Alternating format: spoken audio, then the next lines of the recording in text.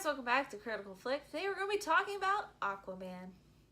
So Aquaman is the newest installment in the DCEU, and it's directed by James Wan, who we're big fans of. We really enjoy the Conjuring series. So we were pretty excited going into this one, and I have to say, I don't feel like it disappointed.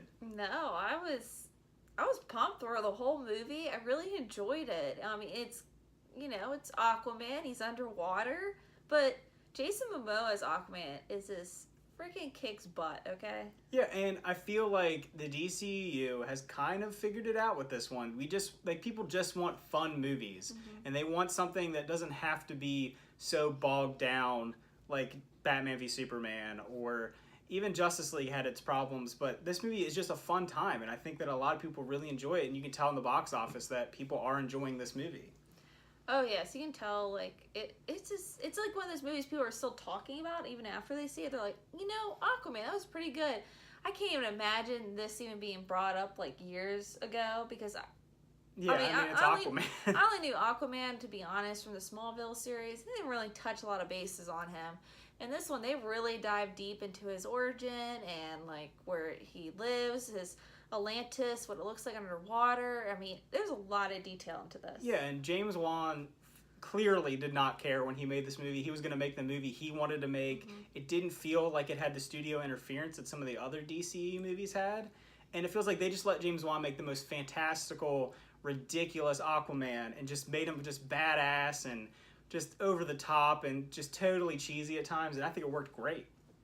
I just like James Wan's like crazy close-up shots of them, and it kind of reminded me of like an 80s porno where he turns to the side and he's like, permission to come on board, and it's like the smoke and his hair is flying. I just love it's just so ridiculous. It's so 80s-esque and so just crazy, and it's just a fun ride. And I mean, I get that people would hate it because it's kind of stupid, and it is kind of stupid, but I mean, when it comes to these movies, we've gotten so ridiculous and we get so frustrated and fans get so angry and they want things to be one way and they want it to be another way. And James Wan said, you know what, I'm making a crazy over-the-top Aquaman movie that's just gonna kick ass, and it's gonna have crazy synth music and seahorses and crab people, and I thought it was fun.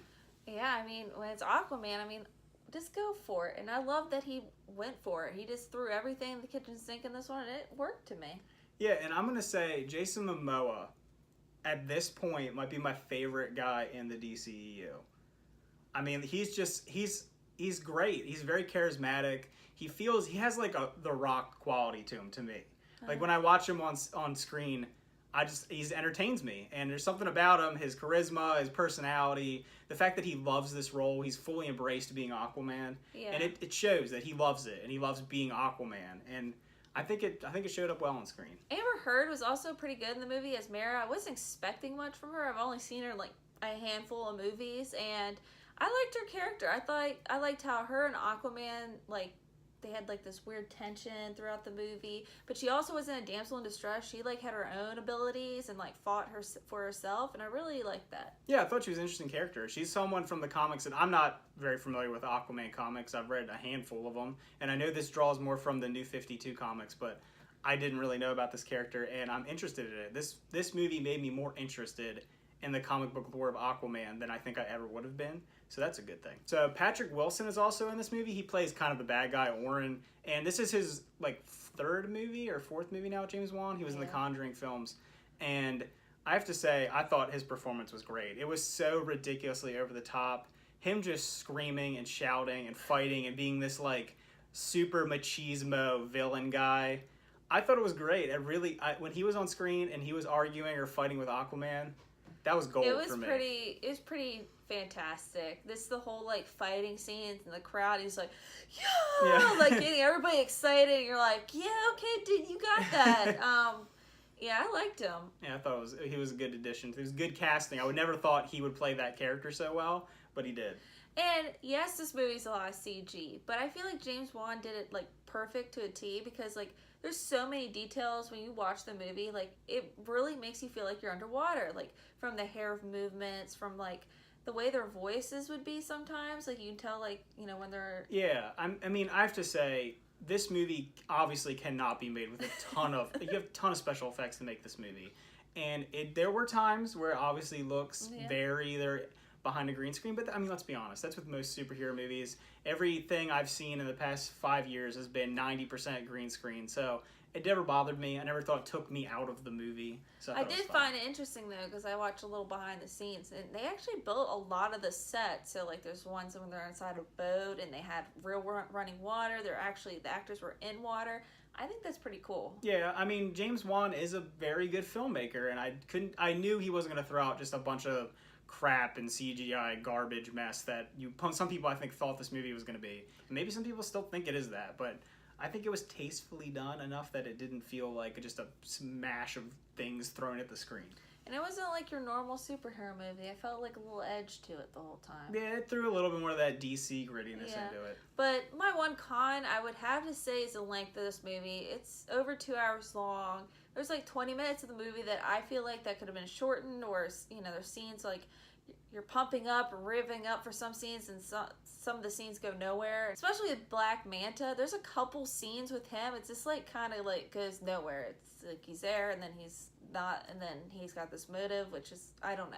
That's like one of my two cons in the movie. Otherwise, I enjoyed it. It's not like the best superhero movie, but you know, Jason Momoa, he's just cool. Yeah, I have to agree. I think my biggest con with it is the Black Manta storyline. I thought he was pretty badass when he was on screen, and I really liked when he was fighting Aquaman, and it just kind of, it went nowhere. And, you know, there are, you know, obviously there's, I'm not going to spoil anything, but I mean, it feels like it's going to continue at some point with him and Black Manta, but I don't know. I just felt like I felt like he was going to be the villain that was going to arise from this. I mean, obviously Oren's in it, but I felt like it was going to be the creation of this rivalry, and it never really felt like that. It felt very one-sided, like maybe Aquaman really didn't care about this character. So that's my biggest con. The length, okay, I didn't think the pacing was that bad for the length. Like, I never felt bored, so I don't care. A movie can be 3 hours long as long as it doesn't bore me to death. It just feels long when you're sitting at the theater. It is a long time, but I didn't have a huge problem with that like I have with past movies. So yeah, overall, I don't have a ton of cons with it other than the villain, and it is very cheesy, but I mean, I kind of went into that expecting it. So I'd give this movie a 6.5 out of 10. That's pretty, like, you know, I feel like it's just in the middle. It could, I mean, it's Aquaman. It's really cool what James Wan actually did with Aquaman. Jason Momoa is perfect as him. I had a good, like, plot line. CG effects were pretty good for being, you know, basically underwater the whole time.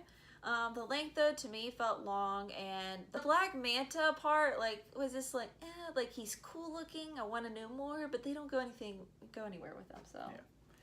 I have to give this movie a 7 out of 10. I actually really enjoyed it more than I thought I was going to, and the more I think about it, the more I enjoy it, and I actually want to see it again, and I wouldn't mind seeing it in IMAX and, like, full, huge screen ridiculousness.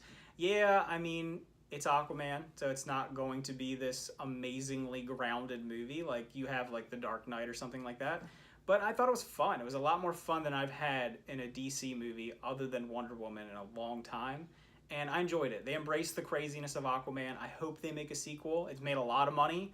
I don't know if they planned on making a sequel, but they definitely should. And I think we should get some Black Manta action. And I have to say, hopefully they get James Wan back. I liked it. I think we should see some more of this character. I think Warner Brothers should take a little hint from James Wan. When they announced all the people that were going to be in these movies way back in the day with Batman v Superman, the little clips, I was like, that's ridiculous. They're making Aquaman in an Aquaman movie. But they pulled it off somewhat, in my opinion, and I'm impressed. It's better than I ever thought the Aquaman movie was going to be. I think that's more James Wan, though, not DC. Still, that's what I'm saying. DC still needs to work out. No, that's what I'm saying, though. This movie felt like they let James Wan be James Wan, and they let him do what he wanted to do. It never felt like, when you watch some of the other movies, other than Wonder Woman and Aquaman, you feel like Warner Brothers came in and said, no, you can't do this, or no, you have to add this humor, or you have to add this scene, or you have to add these flashbacks to link it to something else. This honestly didn't link really barely at all to the DCEU. There were very few references at all to the greater picture of the Justice League or any other heroes. So that's fine. Warner Brothers needs to get their same thing with Wonder Woman. That's why Wonder Woman works so well. They barely reference anything. That's fine. So, Warner Brothers, again, need to get their Let these characters be them, make you attached to them before you be like, all right, they're all working together. I want to feel for these characters before I'm just like, here's the whole bunch of people in a movie and you just have to like them. So yeah, we don't need to get into the DCEU anymore because Warner Brothers, they've done me wrong. So I'm happy with Aquaman and Wonder Woman. Let's keep on putting out these solid flicks and not get so all together. I just don't like it.